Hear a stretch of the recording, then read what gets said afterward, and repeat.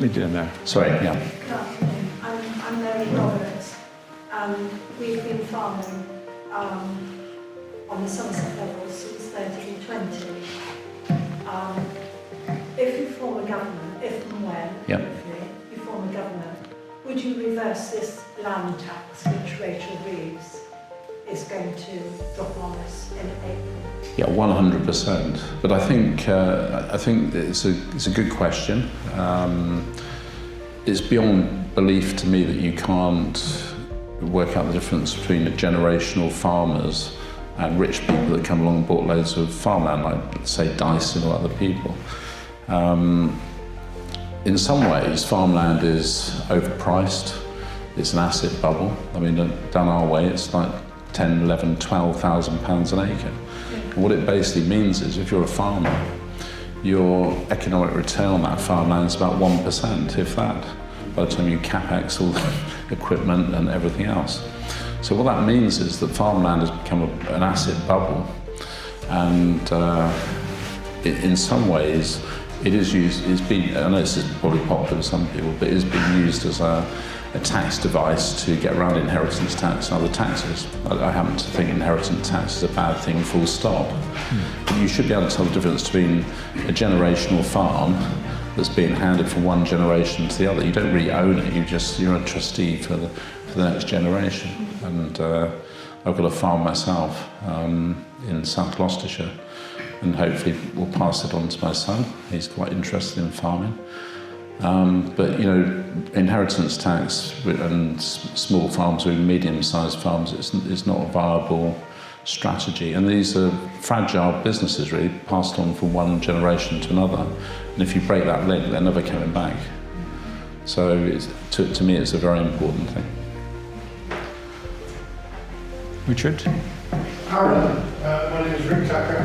Welcome to Somerset. Thank you. On Wednesday we have the budget, Extinction Day in my view, or the beginning of it. At the end of September, this government had borrowed approximately £100 billion, which means that by the end of the fiscal year, they will have borrowed probably about 200 billion or in excess of that. Yep. That is double what even the useless Tories did. This is a catastrophic situation. Why isn't Nigel Farage, for example, I know Richard Tice is talking about it, why isn't anyone at Reform jumping up and down about this? It's catastrophic. Well, I don't think they're not jumping up and down about it. I mean, it's. I agree completely with what you just said. I mean, the national debt's 2.5 trillion quid. But that's just where it starts. So, unfortunately, 200 billion, although it sounds a large number, it's 40 years of basically politicians spending beyond their means. And how do you end it? Because the interest bill now on this alone is bigger than some of our national budgets for defence or things like that. And how you go about sorting this out? Well, traditionally, there's only one way out of a debt trap this big. Well, there's two ways out, really. You can grow the economy at a high speed, but all of the Labour policies are geared towards the opposite effect of that. I mean, I was quite funny. I was in a gym in South Africa recently. Probably doesn't look like it, but I was. And there were three English guys in the coffee shop, and they're all chatting. They'd all left England to move to South Africa, to Cape Town. All their friends moving to Dubai, to Zurich. All the wealth creators and the business people are leaving the country. And we've seen this before in the 70s with the brain drain and the similar sort of thing. So the only way out of a debt issue like that is to grow the economy quickly, or the old-fashioned way, which is what happened in the 70s. Yeah, but before that, the politicians have obviously tried to inflate their way out, and they with inflation, making everybody poorer. So the only way out of a debt trap that big is to make it worthless money. So those are your two options, really, unfortunately. And the Labour Party seem to be heading into the valley of doom here. And they just don't understand it. But I actually hate the Conservative Party more than the Labour Party, I've got to tell you that. I mean, the Conservative Party should know better. Yep. Let's put it that way. Yeah. Are reform going to cut spending? That's what they need. Absolutely. That's good. I mean, there's no other option. There's no choice. But also as well, it's the number of people that are, you know, when you look at the benefit bill and you look at there's 8 million people not working, it's difficult to put your arms around the size of this problem that we're going to inherit. And I think we're close to a really big recession. I think we're teetering on the edge of it now, and I think in the next year, 18 months, I think we're heading straight into big problems. So, yeah. Should we buy some shares in candle companies? Maybe Yankee Candles, I don't know. There's a lady at the back. Go on, Tom. Yeah.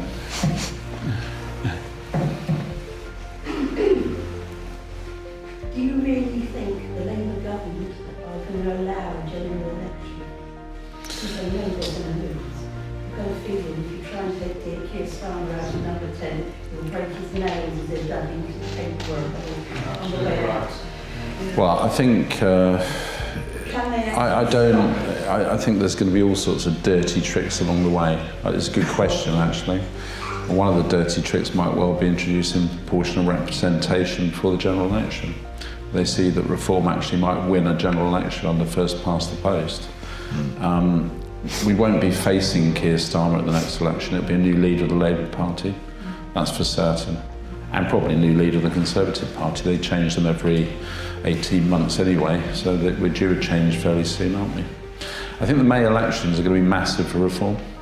I mean, absolutely massive. You've got Wales, where we lead in the polls. You've got Scotland, where we're second. You've got, I mean, I was talking to Nigel, there's a board up at National HQ, can you believe?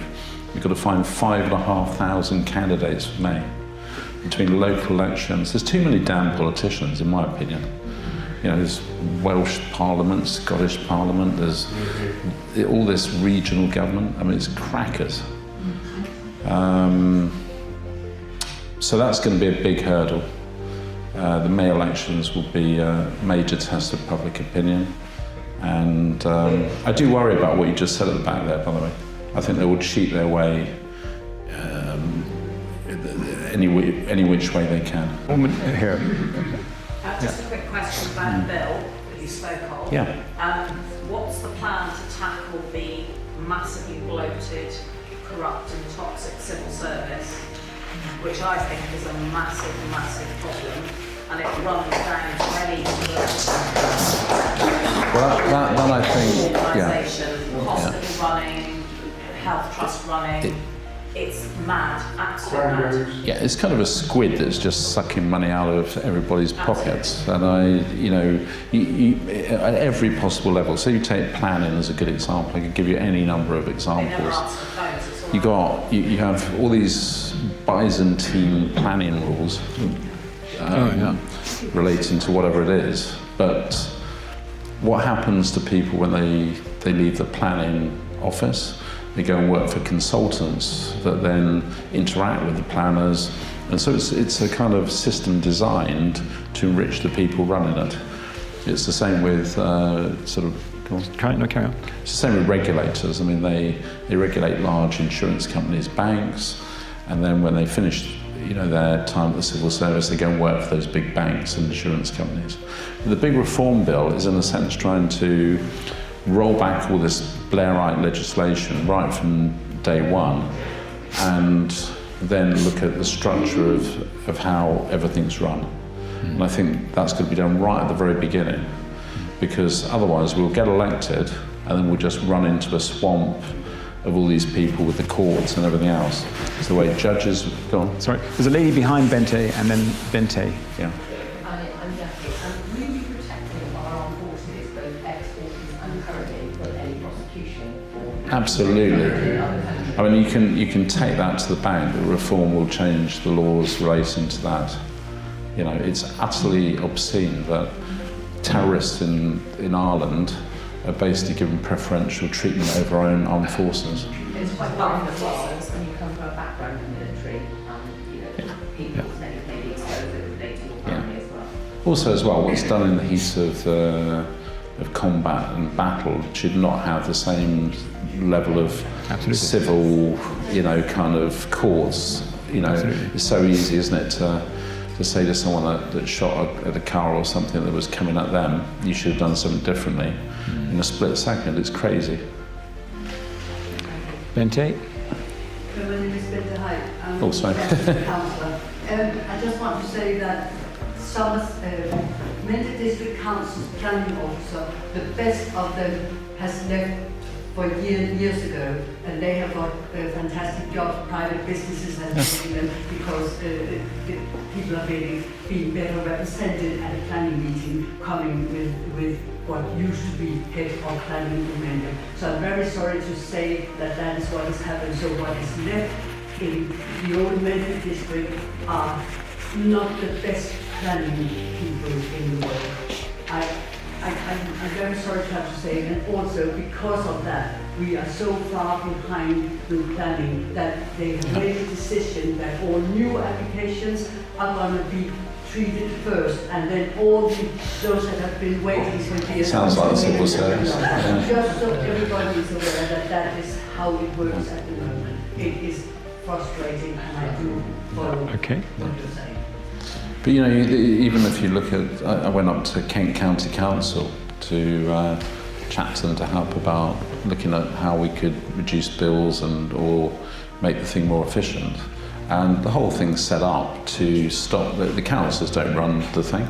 We actually had almost a stand-up row with the council officers. You said the councillors run it. I said, of course they don't, you do. And even the new elected councillors weren't happy about the comments. But it was absolutely true. They're told, you know, we can't do this because of that, we can't do this because of that. You know, it basically, the whole system is designed to stop. I mean, a good example was, he said, well, something like 45% of the budget was going on care or social care for, you know, care homes and all the rest of it. I get that as well. So we talked to them about, well, why don't you have a situation where you pay people an allowance to keep relatives at home. You might pay someone £1,500, £2,000 a month and get some part-time help in with the father or the mother or whatever it is. Oh, you can't do that. So why? You're paying care homes £5,000, £6,000 a month. You know, why not get creative with it? Well, you can't do that. That's against the rules. And this is the problem. It's rules and regulations that have gone out of control. So any common sense had just gone out the window ages ago. It was quite an eye-opener going to see Kent. But you also, as well, you've got a council there where the budget is £1 billion, and you've got a load of rank amateurs running it. And of course, they can't even fill in potholes. It was quite shocking, actually.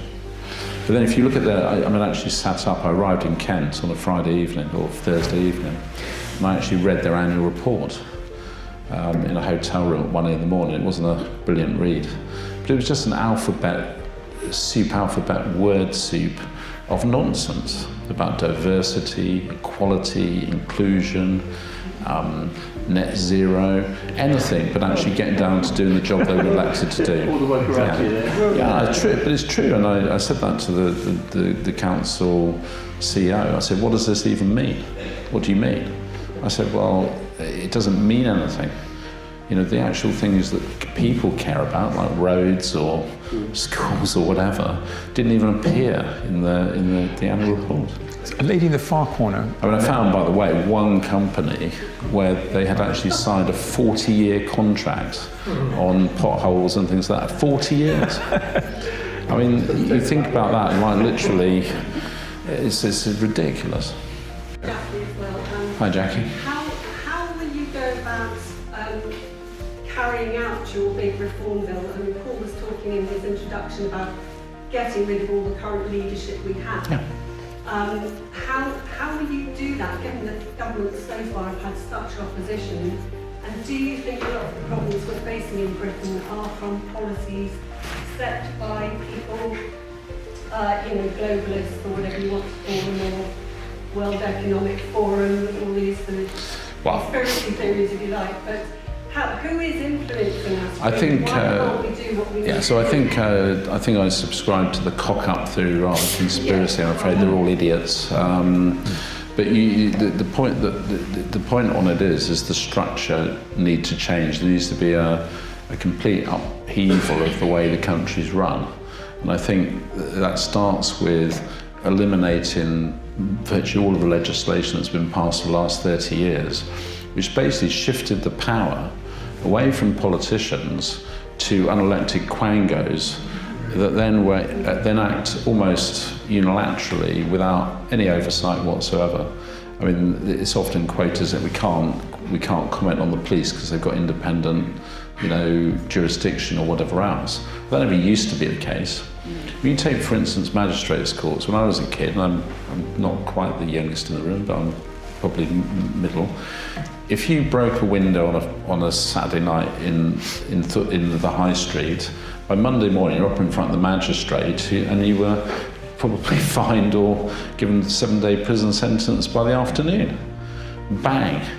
Now, I mean, I've got a jewellery shop where there was a robbery 2 years ago, and they stole £20,000 worth of diamonds. They walked into the shop, said they had a gun. The guy was caught on CCTV camera. His car was recognised by plate, and he was arrested with the diamonds 20 minutes later, about 10 miles down the road. That was 2 years ago, and he's still not been taken to court. And that's the CPS. So the court system has ground to a halt because of all these human rights, all these processes, all these rest of them. I mean, on small level crime, you need to get back to magistrates that give them a good rap on the back of their legs and send them on their way. Can I just Sorry, yeah. How are you actually going to push this through? Are you hoping to get a big majority so that you have the authority to do it like Trump is doing? What about the resistance, like people like Liz Truss, for example, people like that? Well, I think that's where I think you have to tackle it head on, right at the very beginning. I mean, if you win a parliamentary, I mean, there was some crazy thing I read which did amuse me, that apparently when a government comes in for the first time, at that point it can elect as many peers as it wants. Now, by tradition, governments haven't done that, but you could elect 500 peers on the first day in government and get on with that. But I think actually, getting rid of the House of Lords should be high on the agenda as well. It's become a corrupt organisation. I mean, Boris Johnson just appointed his PA to the House of Lords.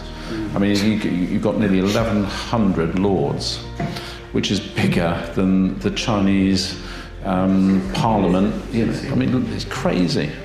So I think to answer your question, more left wing. I think you have to, right at the outset, make the changes to government.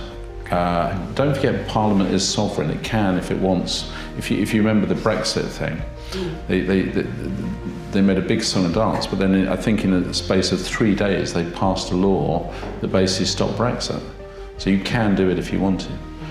It's Arron. Good morning or rather good afternoon. My name's Nick.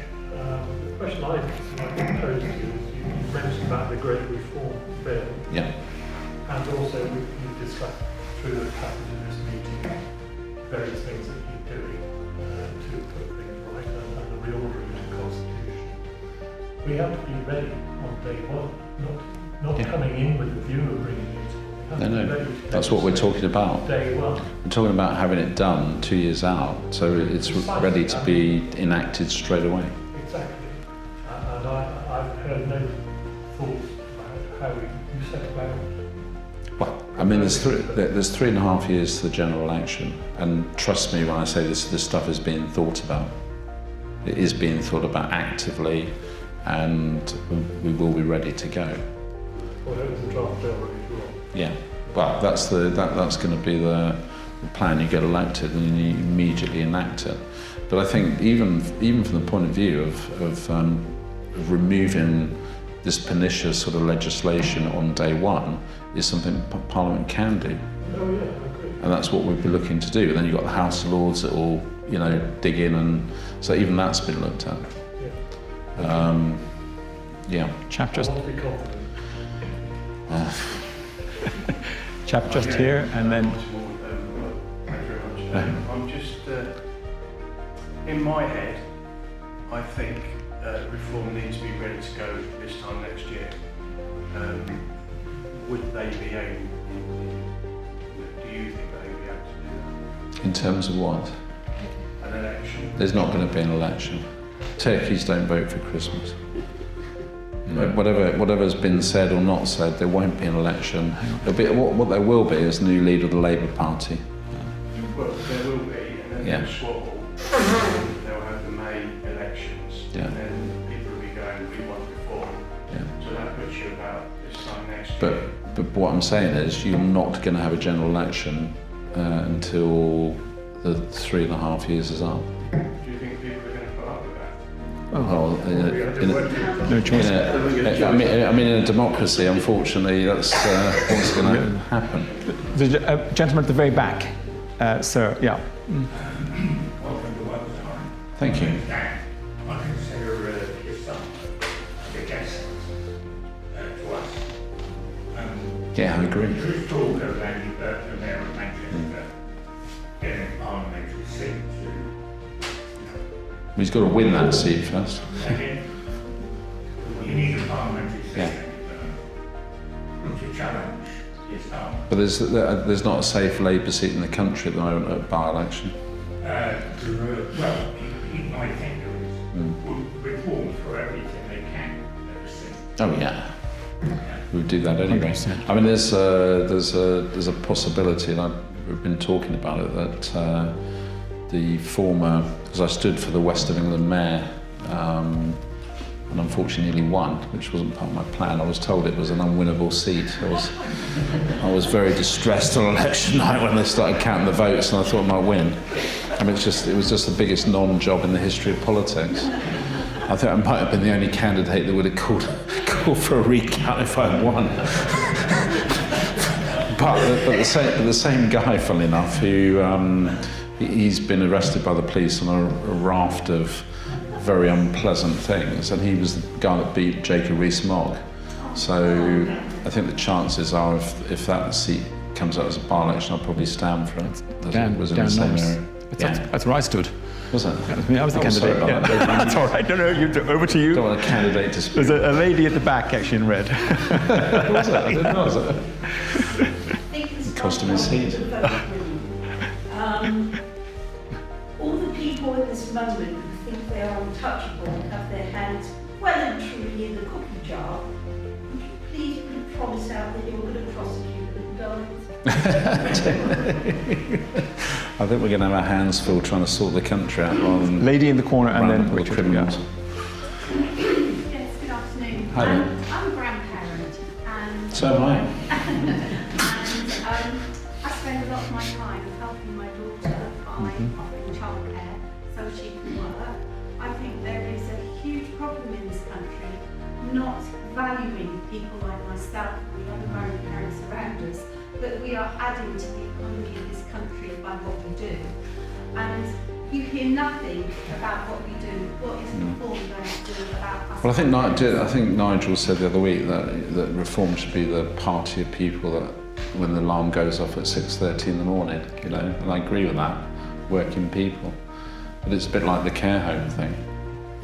There are different ways to help without it always having to be the government doing it, you know, and that the point you make there about sort of caregivers and the like, we should be supporting those people. But I feel there's no support anywhere for I agree. For what we're doing to help people. But that's like that. I'm not asking anything. No, but that, I mean, the kind of logo of reform is, you know, family. He says, I've forgotten what it is now. Family, community, and country. Oh yeah. And that actually getting back to strong families and sort of, you know, that sense of community is important. All Rachel Please does is just come up to people like myself, which is going to make it really hard for us to be able to support. But all I'm going to tell you is it's going to get much worse before it gets better. And that's a fact. Richard. Arron, do you mind if I just pick up on what most people have said today? The frustrations are the party is being pushed by us, and the wealth of knowledge and ideas coming from the public could be channeled aside from the party, because in theory, private enterprise is the driver of this country. Correct. Why not give a group of people that want to say, we can drive the party forward faster? You said there won't be a general election until the end of the Parliament. There won't. The public are against that idea. The public would want, outside of Parliament, to bring the government down. Well, I mean the So why not give a group of people, will you take it back to... the fact that the fact unless you're going to get pitchforks Done for treason. torches, which it may come to that, by the way. I don't know the rate things are going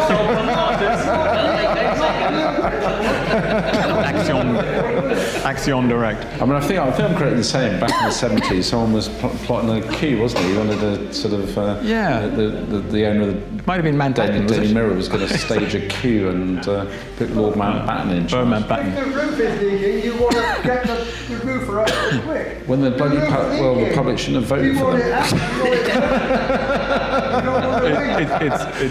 It's gentlemen blue. So I'm Stephen from Taunton. You gather we've got quite a few Taunton people here today. So I went to school in Taunton. You went to school as well. That's brilliant. King's College, Taunton. Oh, that's brilliant. So I wanted to go back to your reform bill. I was literally going to say, the only time I come to Wales is to watch my son thrash them at cricket twice a year. That's all. Go on, sorry. I was going to go back to your reform bill thing and really to give the audience maybe a bit more of an understanding of what's actually involved in that, and then throw a thought back in, because I've been thinking to myself in terms of maybe Britain needs a complete reset and maybe a new Magna Carta, a new Bill of Rights. Well, it's kind of that. I think that's the kind of direction we're going in. But the great reform bill will be to take off the statute books nearly all the legislation that's been put on it for the last 40 years. It's been pushing us in the wrong direction. You know, elimination of all these quangos. Supreme Court. We managed quite happily without these people before. I mean, you look at the reform of the legal system. It's been a disaster. I mean, it's been a huge success in enriching lawyers at the expense of everybody else, which is basically what New Labour did, was create a new set of people that would benefit from it. We've got a lawyer in Taunton that's working with HQ on legislation and bits and pieces in the background. Yeah. There's a special investigation group. But I think it's that sense that you've got repealing the laws that need to be repealed. There are some laws in there that are very good for trade around the world that we kind of need to keep. But I would say the vast majority of that legislation is unnecessary. Yeah, quite a lot of it is. Yeah. Taunton aren't finished yet, this lady here. I mean, by the way, I forget who said it. I think it might have been one of the American presidents at the very beginning, that too much government leads to bad government. Yeah. And that's a famous saying. It's absolutely spot on true. So, Arron, more practical question, really, but as a business person, how many people are actually in HQ at the moment working, and how many do we actually realistically need in HQ? There's a veritable army of people up there. Right. But if you go in there and look at they've got a communications room, they've got the press and media, they've got trust me, there's a lot going on when I say that. I appreciate there's a lot going on, but we've got a feeling there's going to be 25, 30 people. No. And actually, by the way, I think my mind, along with a few other people's mind, is focused. I mean, I gave £8 million to Brexit, so these things are not cheap. No. And I think it's quite funny as well. Conservative Party donors, let's say, most of them are very sympathetic to us, and as we've gone up higher and higher in the polls, a number of those people are starting to come across, and they're coming across in large numbers. But if you ever seen the sort of David Attenborough thing where the wildebeest cross the river and the first one jumps in and the whole lot go woof, I said to Nigel, I think May is a watershed, because if we do as well as we think we're going to do in May, I mean, I've been criticised heavily. I was on Southwest, BBC the other day. They put up some of my tweets saying we need to annihilate the Conservative Party. But actually, in a first past the post system, there's only room for one party of the right, and they've proven that they don't deserve to exist, in my view. There is no danger of Jacob joining, is there? No danger at all, I don't think. Is there? It doesn't seem to be anyway. I did have dinner. I went down. Well, it's quite funny actually. So I went down to do his programme on GB News, the fireside chat at Rees Mogg's house in Somerset, and afterwards I had dinner with him and his family, and his daughter's joined Reform, and she just kept on saying, "Listen to Arron, Dad, he's completely right." Over dinner. But I think he's deluded in his views about the Conservative Party. You know, we need to knock them out, not get into partnership with them. Plus as well, across the north, the east, Wales, Scotland, most people hate the Conservative Party. We do not help ourselves by aligning ourselves with failed political parties. Questions have been partially answered in the last few minutes actually. Yeah. One of my concerns with a likely Reform government in 2029, will we have as a group sufficient political experience to run a cabinet around the country?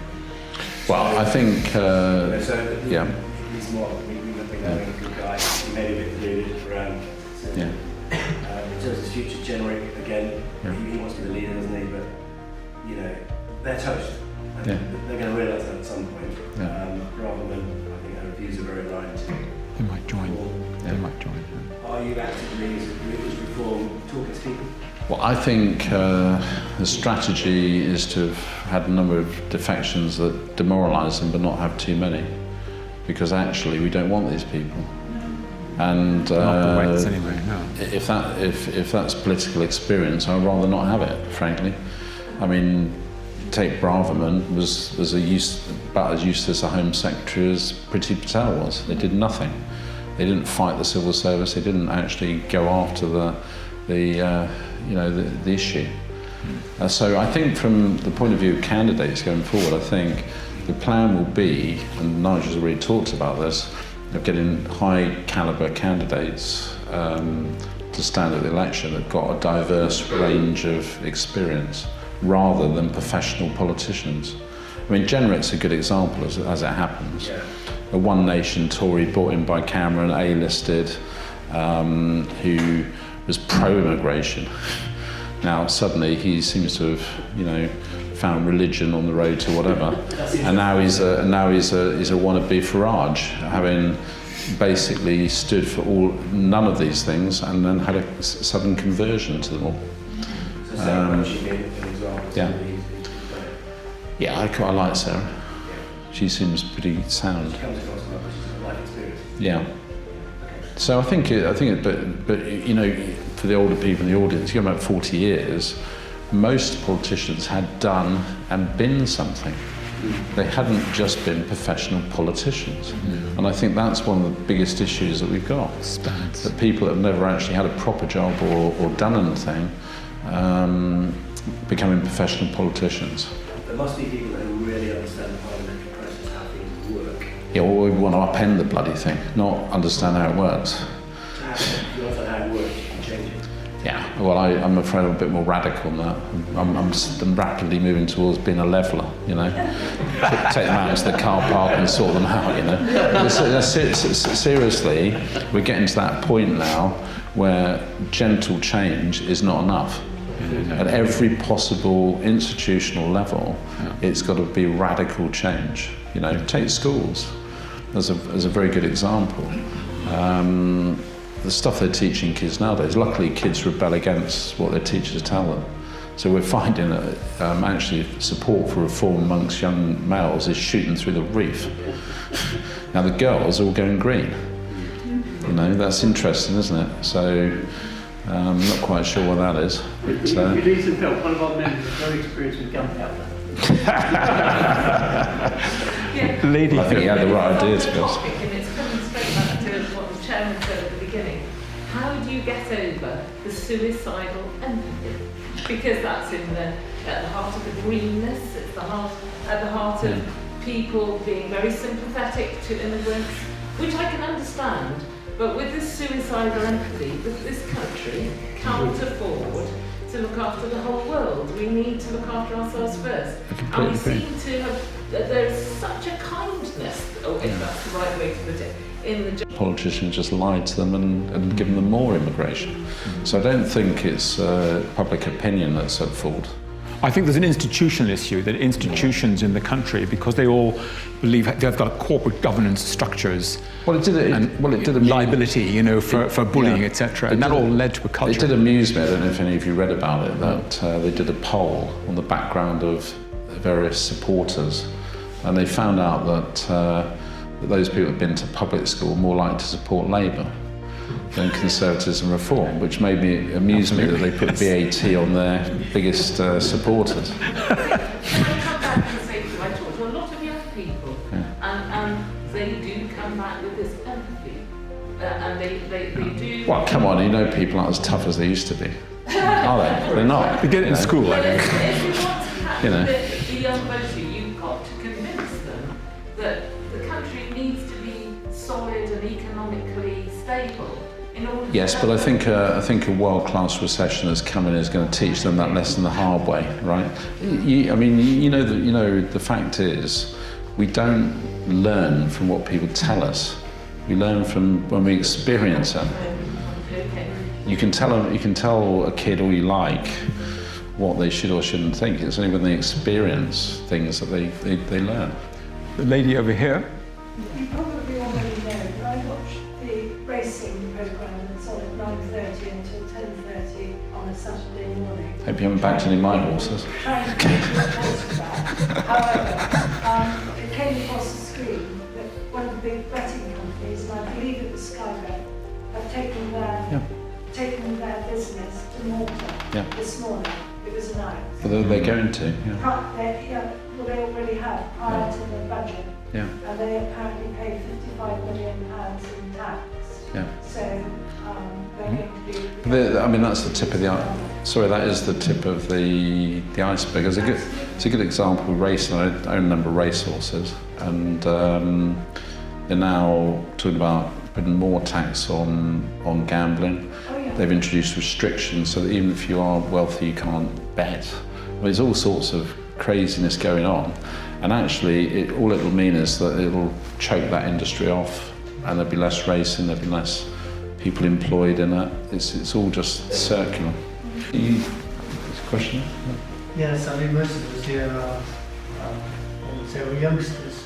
So I've had an experience of Britain since I was born, of which I was very proud of. We all had different views, different nationalities, but we all had that central ingredient that we were British, and if need be, we could stand together as a country, which we did, obviously, in the Second World War. A very wise man said once, a house divided against itself cannot stand. Yeah. And what I see in this nation at the moment is division. There are large groups of people getting larger whose affiliation or allegiance is not to this nation at all. So when we talk about British values, and I'm looking at, well, how do you define British values? Because they're changing all the time. But to me, it's fairness, justice, and even standing in a queue. Yeah. If you speak, we don't, Yeah. So with all these different competing pressures on the government trying to deal with the economy, immigration, all sorts of, even the police, because there seems to be, from what I can gather, a form of two-tier approach to policing. For example, I see loads of foreign national flags flying. Yeah. But the police chief is saying if you raise a British flag, it's divisive. Yeah. Or they pull them down. So where are we going to get this unity? How have reform? Do they look at this other aspect of us? How we form a unified nation to stand together? Well, I think what you explain is what we've lost. Yeah. And that's the problem, isn't it? Trying to regain that once you've lost it is very difficult. And I think, division is not a sort of. You could say Mrs. Thatcher was divisive. She had convictions, she had principles, and she stuck to them. And you could say that was divisive. I would argue it wasn't. But you could say it was divisive. There's always, I mean, I think what we've lost is this kind of, I think it's particularly younger people as well, that if I had an argument with you in a pub or whatever, you'd have the argument, you'd shake hands and drink your beer, and you'd still be friends. You'd accept that you'd have a different opinion. Now it's almost like, well, if you don't share the same opinion as me, then you're someone to be hated and kind of cancelled or whatever else. But I think to answer your question, you've got to get back to the basics of, you know, instilling back into institutions. I mean, we believed in institutions, right? We believed that the police were basically there to catch the criminals and look after the population. We don't believe that anymore. They're there for the criminals more than the public. We don't trust them. We don't trust them. So it's trust, isn't it? That's the issue. Like schoolmasters, you looked up to them because you trusted them. Doctors. So Nigel Farage was saying he's seeing the rise of sectarian politics. So do you have any strategy to? I mean, the horses bolted from the door to a degree. So that's the problem. But you. So I'm not seeing a solution for myself. However, for my children. However, it's sown the seeds of the destruction of both the Conservative Party and the Labour Party. We're seeing this now in the Labour Party, where the Green Party is rising in the polls, so they're kind of their support is shearing in too. And if you think that Mrs. Thatcher won 4 elections from the right on conviction and, you know, a sense of belief, which shows you can do it. But the problem you have now is you have the Conservative Party doesn't know which way to go. Does it go with, you know, fake generic and become a Farage type party, and then all their seats, you know, that have been challenged by Liberal Democrats, they're going to lose there? They don't know which way to go because they've got no principles. They've got nothing. And the Labour Party is the same. So maybe the way to get back those things is to have a party that actually believes in something and has convictions. I think we've time for one more question. Sorry. What would be your vision?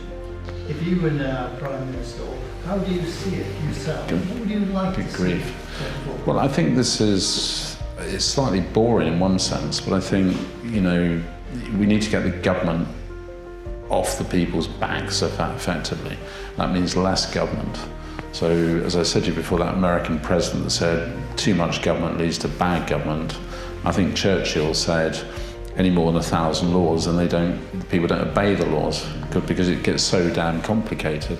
So I think what we've got to do is strip it back to core principles and have less legislation, remove all this kind of crazy Blairite legislation, all the quangos, all the self-appointed busybodies, and strip it right back and just let people get on with their lives.